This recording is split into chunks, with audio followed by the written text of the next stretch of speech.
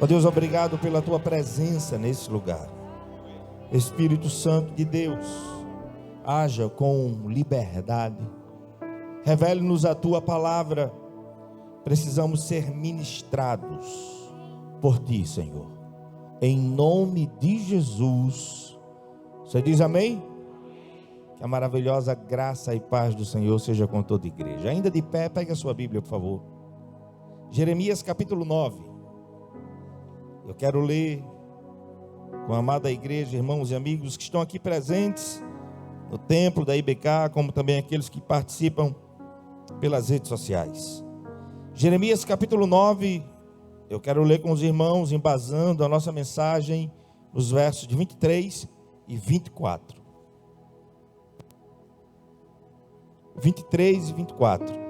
Jeremias capítulo 9, versos 23 e 24. Quem achou, dá um glória a Deus aí, irmão. Glória a Deus.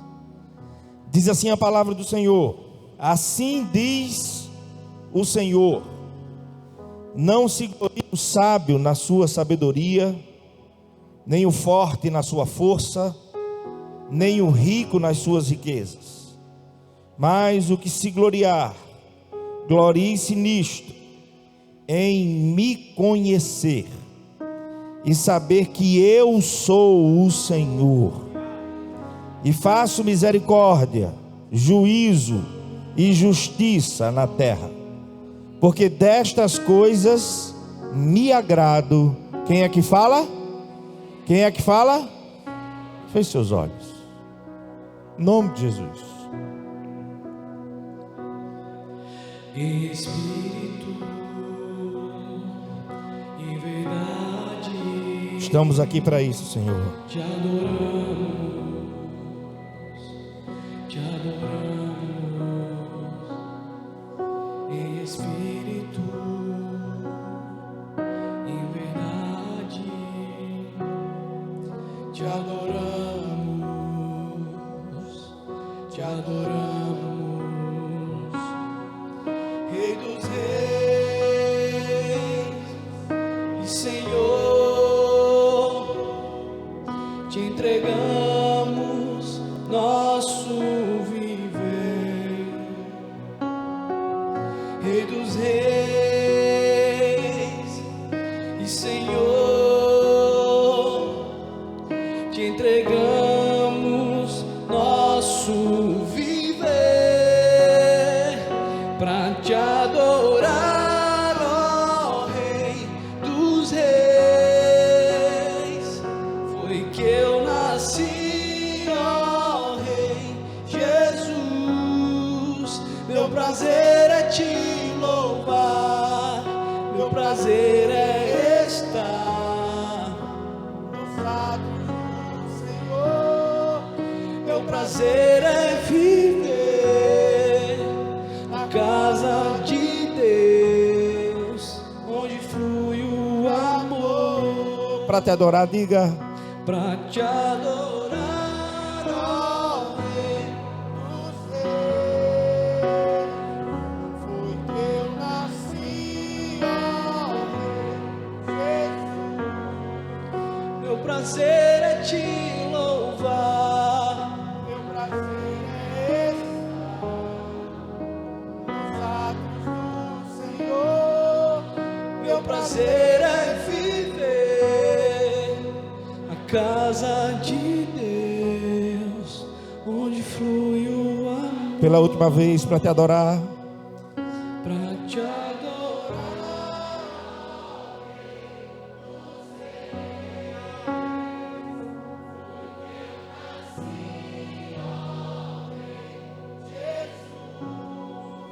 Meu prazer é te louvar, meu prazer é estar nos atos do Senhor. Meu prazer é viver na casa de Deus, onde flui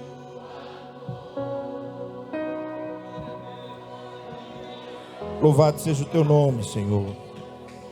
Engrandecido seja o Senhor para todos sempre.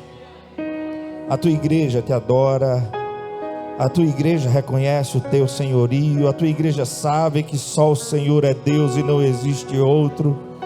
Esse culto é para ti, ó Deus, a honra, a glória, o louvor e toda exaltação. Fomos criados para o louvor da tua glória. Obrigado pela tua presença nesse lugar.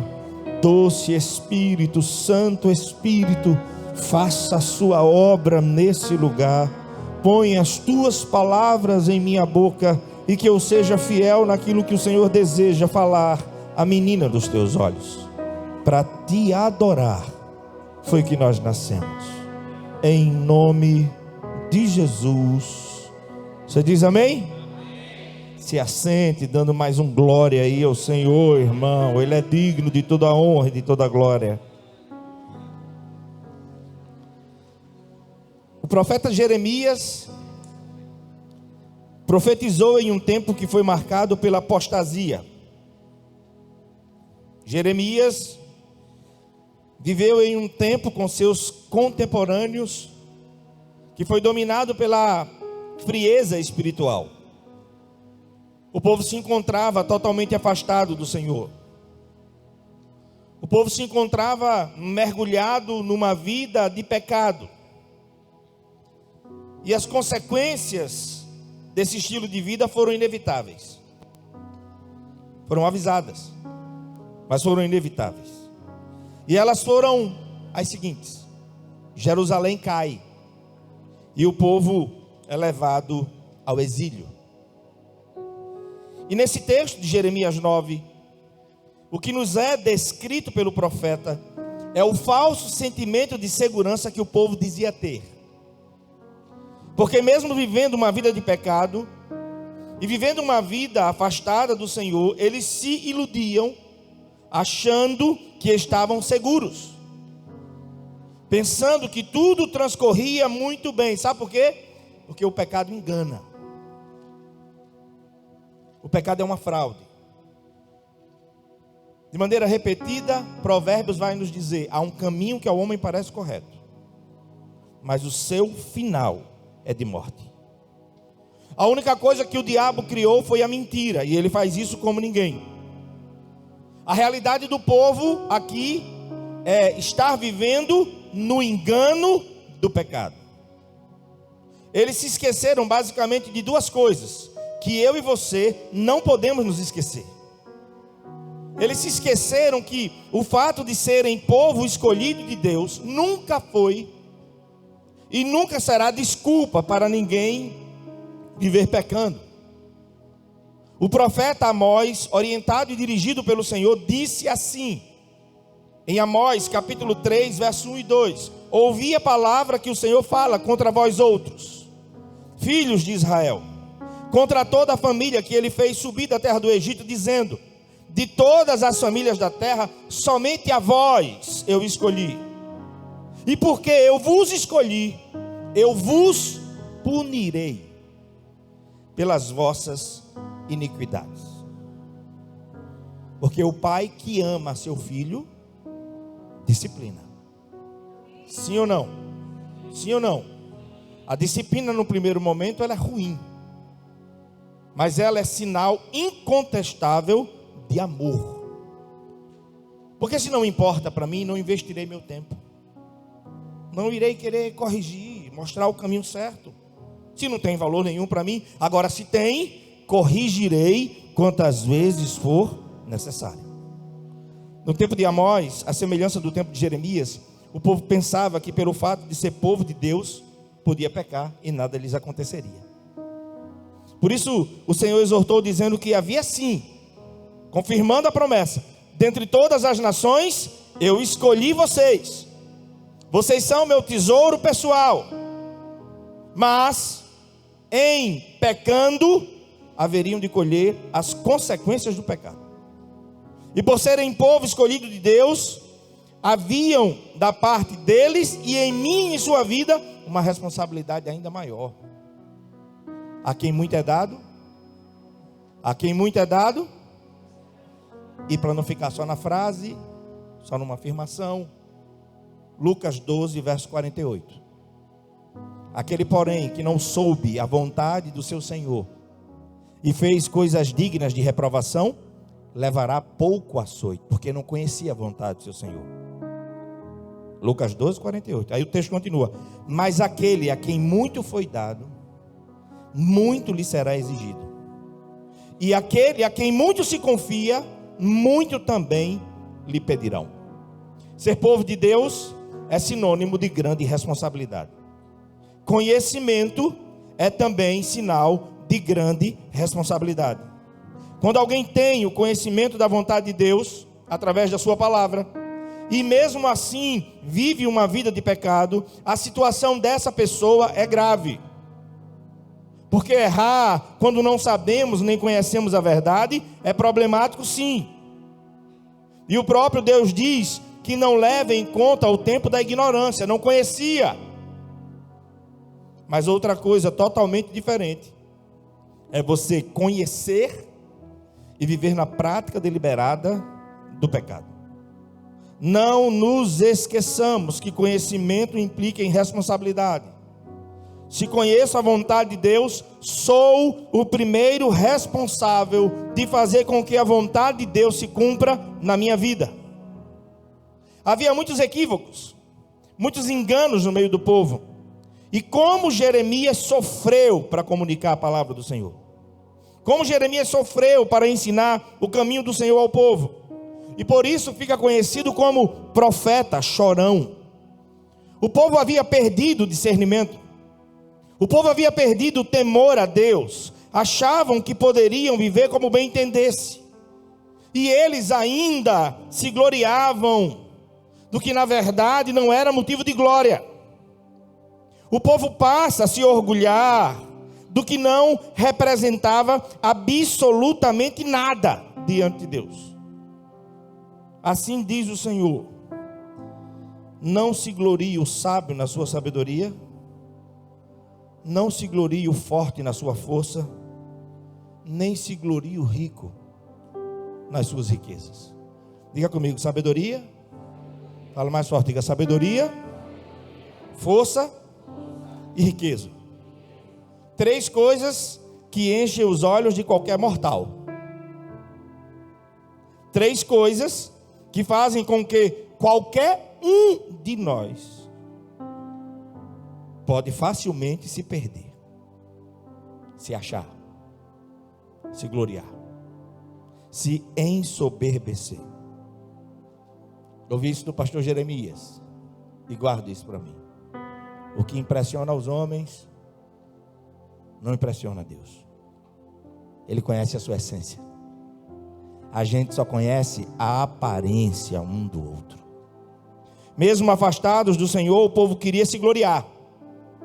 Mesmo vivendo em franca desobediência, achavam que tinham motivos de se orgulhar, de se vangloriar, por causa da sabedoria, do conhecimento, do poder, da influência e das riquezas. Mas aí vem um homem de Deus, um profeta do Senhor, e ensinam: vocês estão verdadeiramente desviados, porque só há um motivo nessa vida que um mortal pode se gloriar. E o único motivo que pode nos fazer nos gloriarmos diante de Deus é o fato de conhecê-lo. É o fato de fazer dele o fundamento da nossa vida. A maior glória na vida de uma pessoa deve ser o fato dela conhecer verdadeiramente a Deus. Lendo o meu devocional, que gosto muito, de A.W. Tozer, ele diz que a vida cristã começa por isso. Se você não conhecer a Deus devidamente, vai estar tudo errado na sua vida com Deus. Porque o conhecimento de Deus é basilar para todas as demais coisas. Se você se relaciona com Ele de forma equivocada, se você não o conhece pela palavra, se você acha que o conhece a seu modo, pode estar tudo errado. A base da vida cristã é o devido conhecimento da pessoa de Deus. Você pode se alegrar sim por causa do seu conhecimento, influência, poder e riqueza. Mas nada pode se comparar com a verdadeira alegria e com o real motivo para se gloriar de alguém que se gloria por conhecer o Eterno. Ô irmão, quando essa experiência é real na nossa vida, tudo muda em nós e ao redor de nós. Todo ser humano, sem importar a classe social, sem importar suas posses, sua sabedoria, sua influência, tem apenas uma razão válida para gloriar-se: conhecer a Deus. Não perca tempo com religião, mas peça a Deus uma experiência autêntica com Ele, que vai mudar a tua história, a tua vida, a história da tua casa, vai fazer tudo novo na sua existência. E digo isso porque o Senhor é a fonte de toda a verdadeira sabedoria, sim ou não?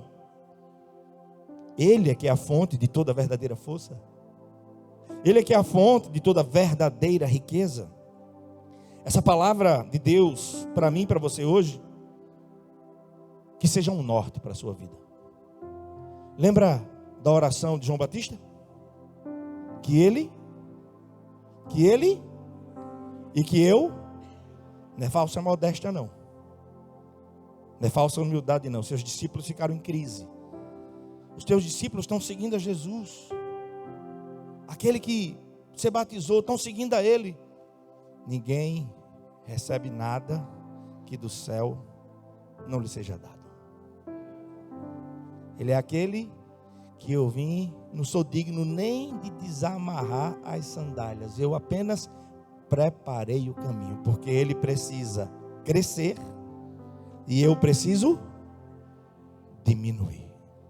Quem crê nisso? Diga assim, ó.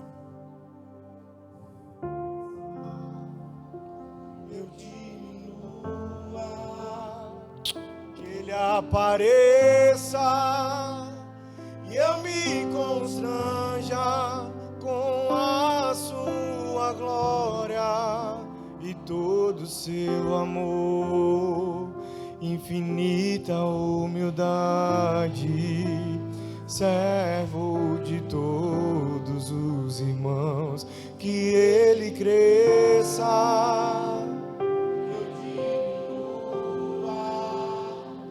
que Ele apareça e eu me constranja com a sua glória e todo o seu amor, infinita humildade, servo de todos os irmãos. Amém? Amém? Observe aí comigo a palavra de Jeremias. Diga assim comigo: não se glorie o sábio. Igreja, por que o Senhor disse isso? O conhecimento envaidece muitas pessoas. O conhecimento torna outras soberbas. Cria em alguns um falso sentimento de superioridade. E isso tudo acontece nas relações interpessoais. Mas pensemos juntos: quem é sábio diante do Senhor? Quem pode se gloriar diante dele por alguma pretensa sabedoria? Romanos 11:33. Ó profundidade da riqueza, tanto da sabedoria como do conhecimento de Deus. Quão insondáveis são os seus juízos, quão inescrutáveis os seus caminhos. Sabedoria de Deus é profunda, insondável e inescrutável. Quem é sábio dessa forma? Isaías capítulo 5, verso 21. Ai dos que são sábios aos seus próprios olhos e prudentes em seu próprio conceito. Pessoas que se acham sábias demais acabam pensando que não precisam depender do Senhor para nada em sua vida. Porque os que se acham sábios demais acabam incorrendo no erro, no equívoco da autossuficiência.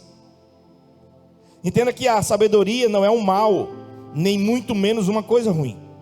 Mas toda sabedoria que torna uma pessoa altiva, soberba, autossuficiente, arrogante e que se opõe de alguma forma ao Senhor e à sua palavra, essa sabedoria será destruída. É mesmo, pastor? É. Vou lhe provar. 1 Coríntios, capítulo 1, verso 18. Pois a mensagem da cruz é loucura para os que estão perecendo, mas para nós que estamos sendo salvos é o poder de Deus. Pois está escrito: destruirei a sabedoria dos sábios, rejeitarei a inteligência dos inteligentes. Onde está o sábio? Onde está o erudito? Onde está o questionador desta era? Acaso não tornou Deus louco a sabedoria deste mundo? Visto que na sabedoria de Deus o mundo não o conheceu por meio da sabedoria humana, agradou a Deus salvar aqueles que creem, como, irmão? Pela loucura da pregação. Os judeus pedem sinais miraculosos, os gregos procuram sabedoria. Nós, porém, pregamos a Cristo e este crucificado, o qual de fato é escândalo para os judeus e loucura para os gentios. Mas para os que foram chamados, tanto judeus como gregos, Cristo é o poder de Deus. E Cristo é o que, irmão? Cristo é o que? A sabedoria de Deus. Porque a loucura de Deus é mais sábia que a sabedoria humana. E a fraqueza de Deus é mais forte que a força humana. Quem é sábio diante de Deus? Ele vai destruir toda a altivez. E ele vai levar cativo todo pensamento à obediência de Cristo. É ele quem fala: destruirei a sabedoria dos sábios, aniquilarei a inteligência dos instruídos.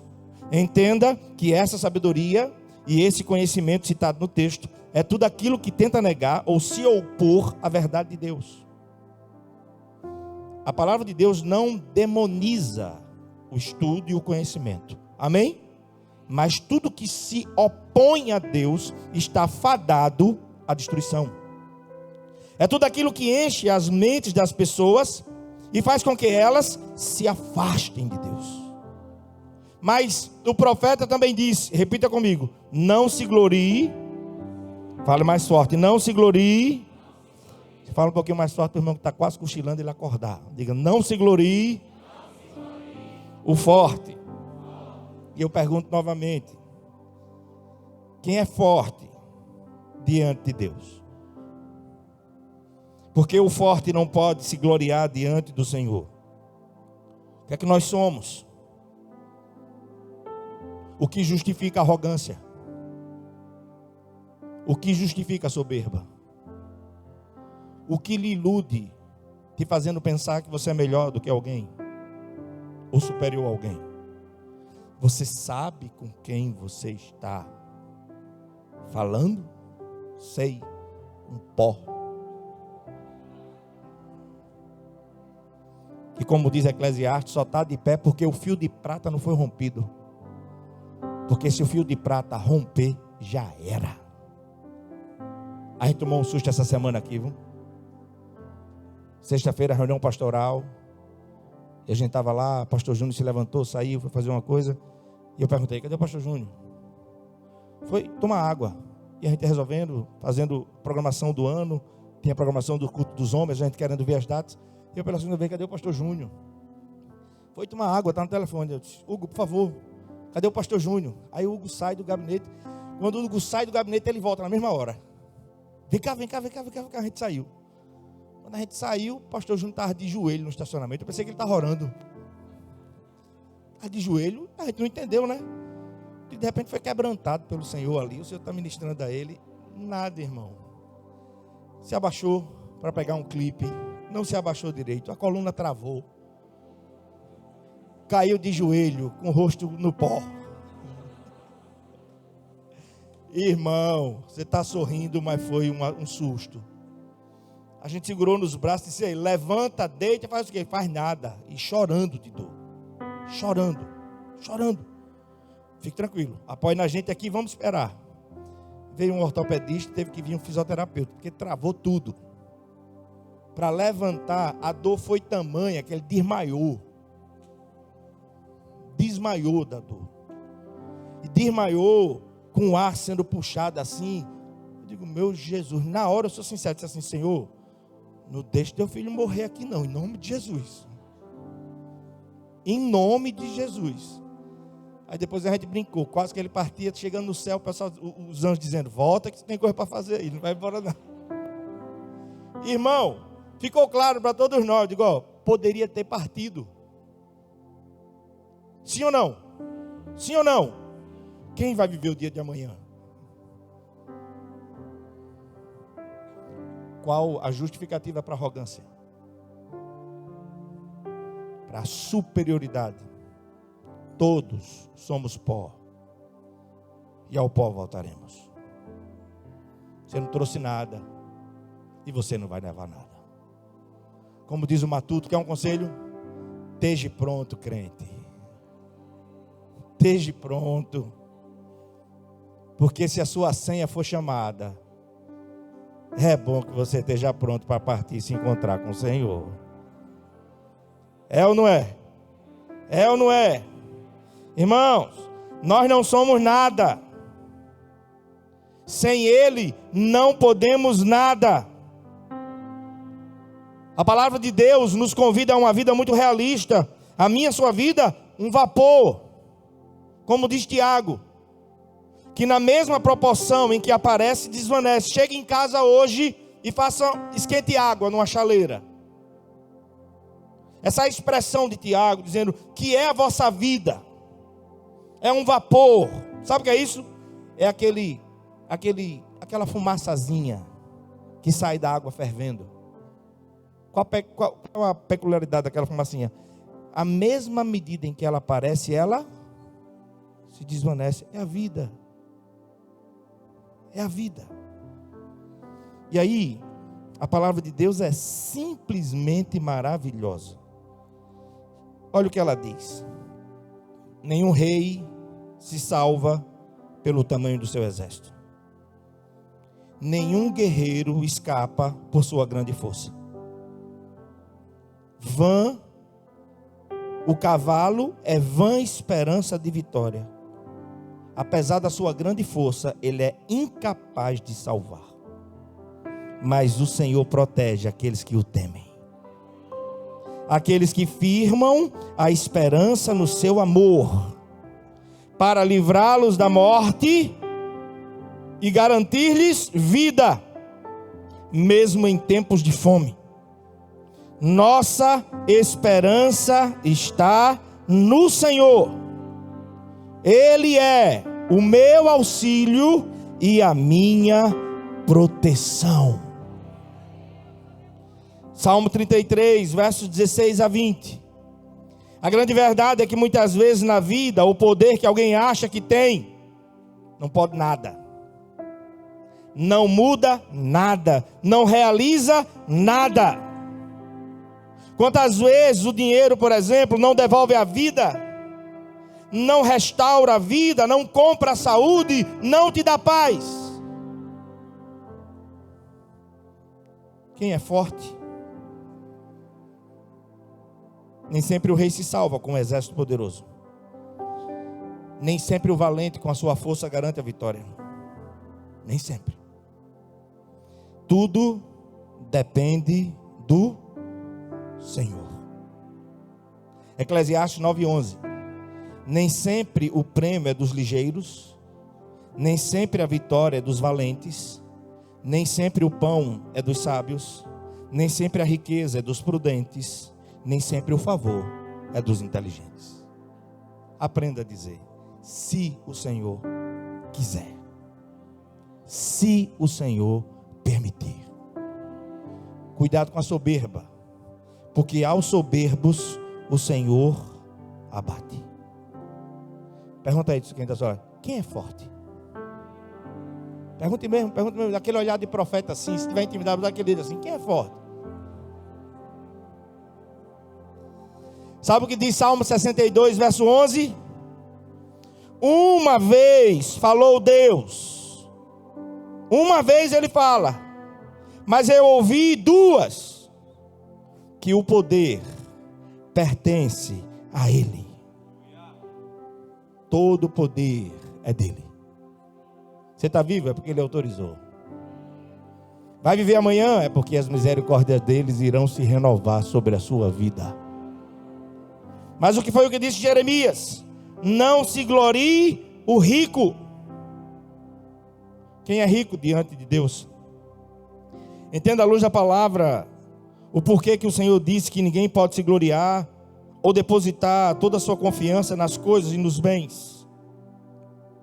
Salmo 49, verso 11 e 12. Nos fala sobre a vaidade dos homens que confiam nas coisas, nos bens. Salmo 49, 11 e 12 diz assim: o seu pensamento íntimo é que as suas casas serão perpétuas, que as suas moradas serão por todas as gerações. Eles chegam a dar o seu próprio nome às suas terras. Todavia, o homem não permanece na sua ostentação. E eles são iguais aos animais que perecem. Aprenda a viver como mordomo. Deus te confiou, mas não é teu. Cuide, mas não é seu. Não ponha seu coração nas coisas. Não ponha. Salmo 62, verso 10, a última parte do texto. Salmo 62, verso de número 10. Olha só o que diz o texto. Se as vossas riquezas prosperam, não ponham nelas o seu coração. Provérbios 11, verso 4. De nada valerá a riqueza no dia da ira divina, mas a retidão te livrará da morte. Não se glorie o rico na sua riqueza, porque na verdade nem é dele. Sim ou não? Conselho de um experiente pastor, Paulo, a um jovem pastor, Timóteo.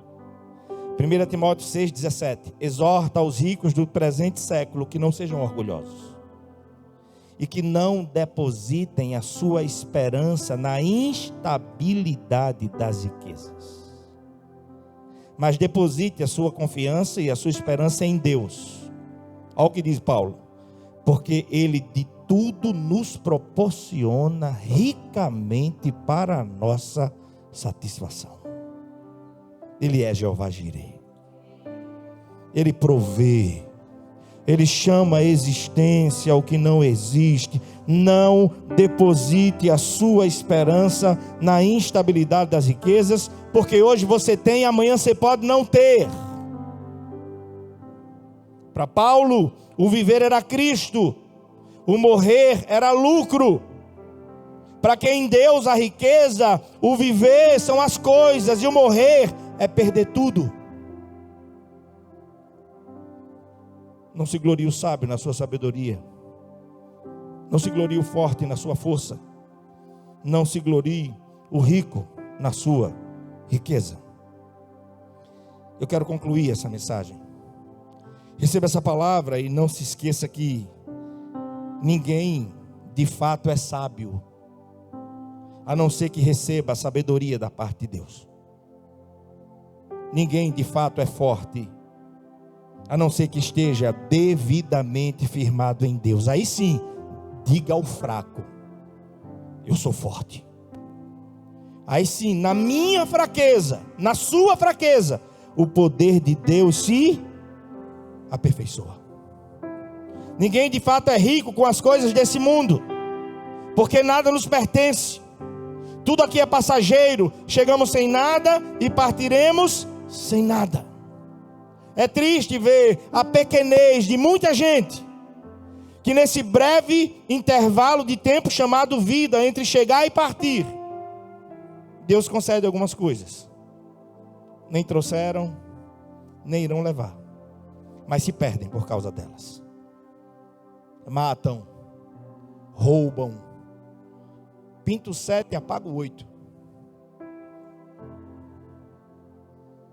Cuidado. A bênção de Deus enriquece e não acrescenta dores. Lembra do sábio Salomão?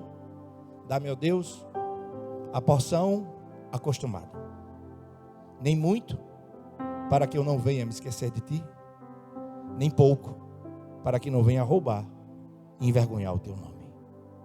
Me dê a porção acostumada de cada dia.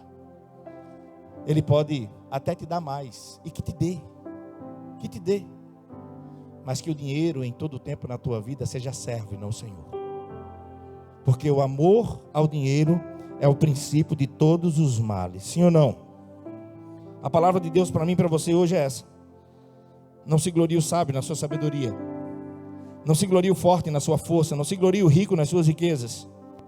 Mas se você quiser se gloriar, glorie-se em uma coisa: em me conhecer, diz o Senhor. Em saber que eu sou o Senhor. Em saber que eu tenho poder. Em saber que eu tenho riqueza. Em saber que Ele é a própria sabedoria. E Ele faz misericórdia, juízo e justiça na terra. Porque é dessas coisas que Ele se agrada. Aleluia.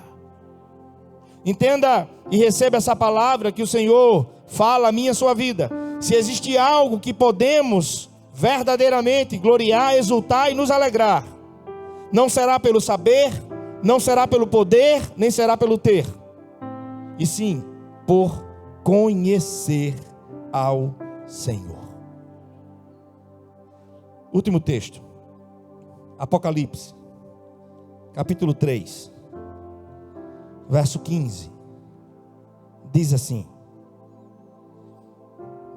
14, ao anjo da igreja em Laodiceia, escreva: estas são as palavras do Amém, a testemunha fiel e verdadeira, soberano da criação de Deus. Conheço as suas obras, sei que você não é frio nem quente. Melhor seria que fosse frio ou quente. Assim, porque você é morno, não é frio nem quente, estou a ponto de vomitá-lo da minha boca. Você diz: estou rico, adquiri riquezas e não preciso de nada. Não reconhece, porém, que é miserável, digno de compaixão, pobre, cego e que você está nu. Dou-lhe um conselho: compre de mim ouro refinado no fogo, e você se tornará rico de fato. Compre roupas brancas e vista-se para cobrir a sua vergonhosa nudez. Compre colírio para ungir os seus olhos e poder enxergar. Repreendo e disciplino aqueles que eu amo. Por isso, seja diligente e se arrependa. E o texto tão conhecido, verso 20: eis que estou à porta. É uma igreja que deixou o dono dela de fora. Eis que estou à porta e bato. Se alguém ouvir a minha voz e abrir a porta, entrarei, cearei com ele e ele comigo. Ninguém pagou o preço da tua vida que Jesus pagou. Fomos comprados, como diz o apóstolo Pedro, por bom preço. E não foi nem ouro nem prata. Foi o sangue de Jesus que verteu na cruz do Calvário. Mas sabe o que você pode estar fazendo? Você pode estar deixando o dono da sua vida de fora dela. E ele está batendo no seu coração hoje. Eis que estou à porta e bato. Se alguém ouvir a voz hoje dele, não é do pastor Pedro não, é do Espírito Santo de Deus. Você vai abrir, ele vai entrar, e ele vai fazer tudo novo na sua vida. Aí você vai ser sábio de verdade, você vai ser rico de verdade, você vai ser próspero de verdade. Você tem a paz do eterno. A gente ganha pouco e é feliz. É ou não é? É ou não é? É. Porque a riqueza é Ele. Feche seus olhos. Apresente a sua vida ao Senhor.